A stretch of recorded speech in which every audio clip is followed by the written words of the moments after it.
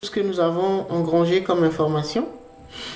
Ensuite, tout ce que nos lignées nous ont transmis, nos ancêtres, donc les expériences bonnes et moins bonnes qui nous ont transmis. Il y a également les informations qui sont liées ou les mémoires des territoires de nos différentes naissances. Par exemple, là, dans cette incarnation, vous êtes né sur un territoire, donc dans un pays. Et donc, automatiquement, vous téléchargez ou on vous dote automatiquement des mémoires qui sont liées à votre territoire de naissance. D'accord?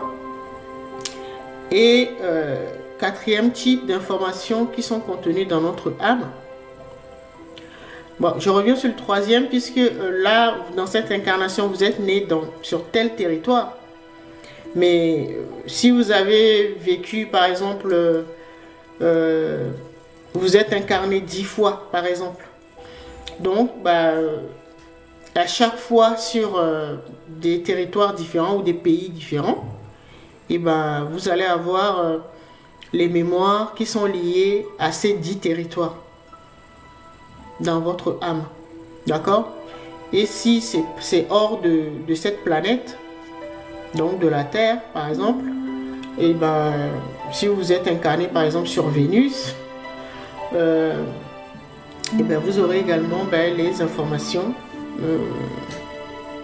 concernant cette planète-là. D'accord?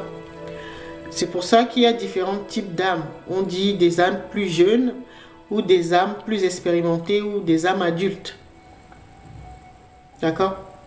Donc c'est en fonction du type, du nombre d'incarnations. Plus on s'incarne et plus on a de l'expérience. Il y a des âmes, il y a des êtres. C'est leur première fois de s'incarner, par exemple, sur Terre. Alors qu'il y en a d'autres sont venus plusieurs fois. Donc, voilà. C'est ce que nous-mêmes, en tant qu'êtres, individuellement, nous avons récolté au cours de nos différentes incarnations. Deuxième type d'information ou de sagesse qui sont contenues dans notre âme. Donc, c'est nos différentes lignées.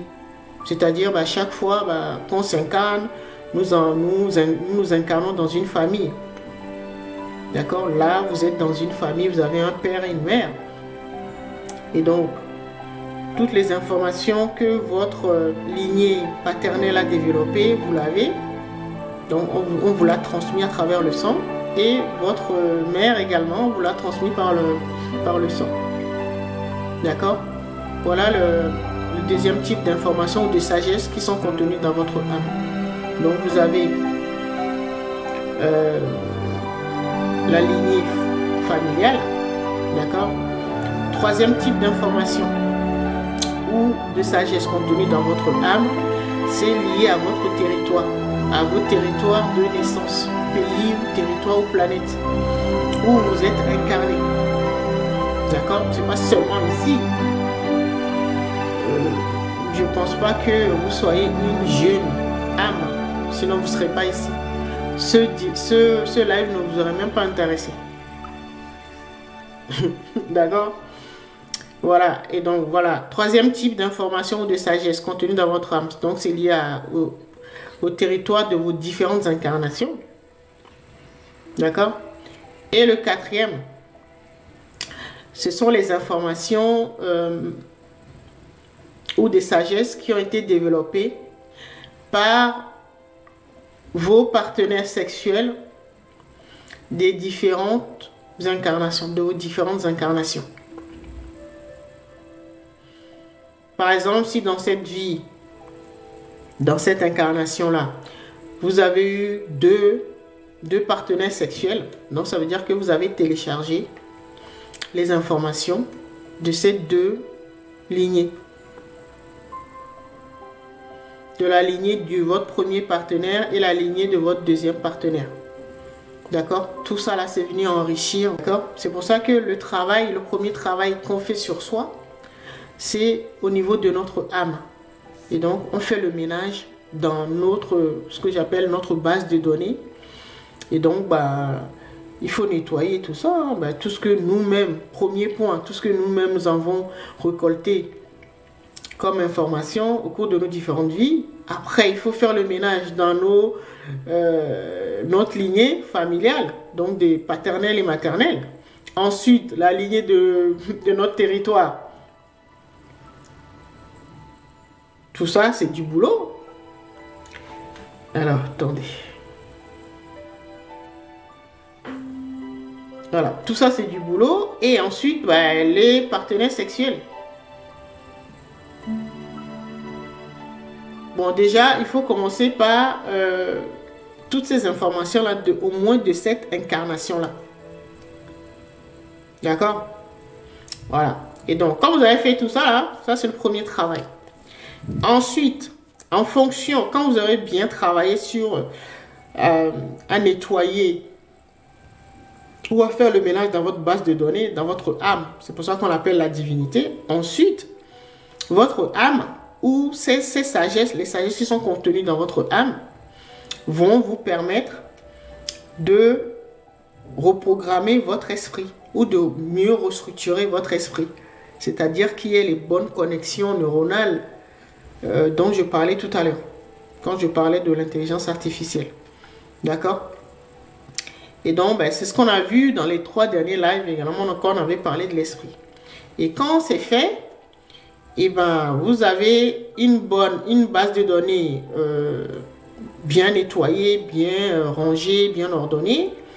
Et donc, un esprit qui est bien structuré. Et donc, les deux peuvent vraiment se mettre vraiment en couple.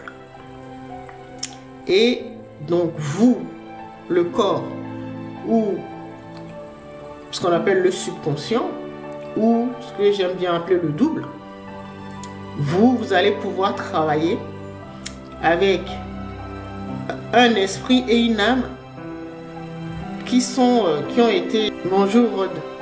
Vous travaillez avec un esprit saint et une âme sainte ou saine.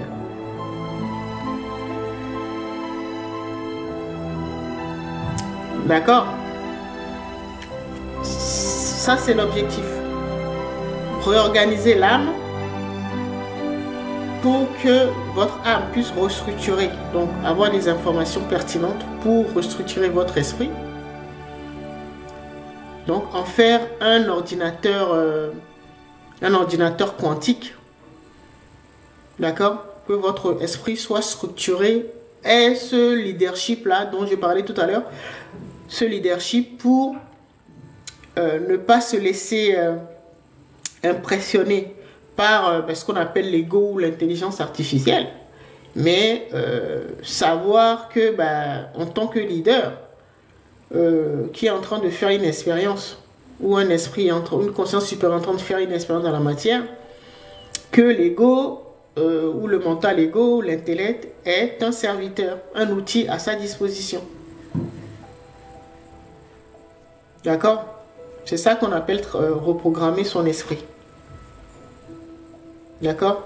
Et donc, quand vous avez une âme, une base de données bien arrangée, bien ordonnée, et un esprit bien structuré, parce qu'il faut savoir que ce ne sont pas nos yeux qui regardent, mais c'est notre cerveau. C'est-à-dire, c'est en fonction de comment votre cerveau, vos neurones se sont structurés. C'est pour ça que nous n'avons pas la même perception dans le monde. En fonction de la manière dont notre cerveau est structuré, c'est de cette manière que nous allons appréhender l'expérience terrestre ou ce qu'on appelle la vie. Et ça, ça dépend de beaucoup de facteurs. Il y a la culture, il y a le lieu de naissance, il y a si vous êtes tombé dans une famille aisée, ça dépend de l'esprit de vos parents, s'il y a des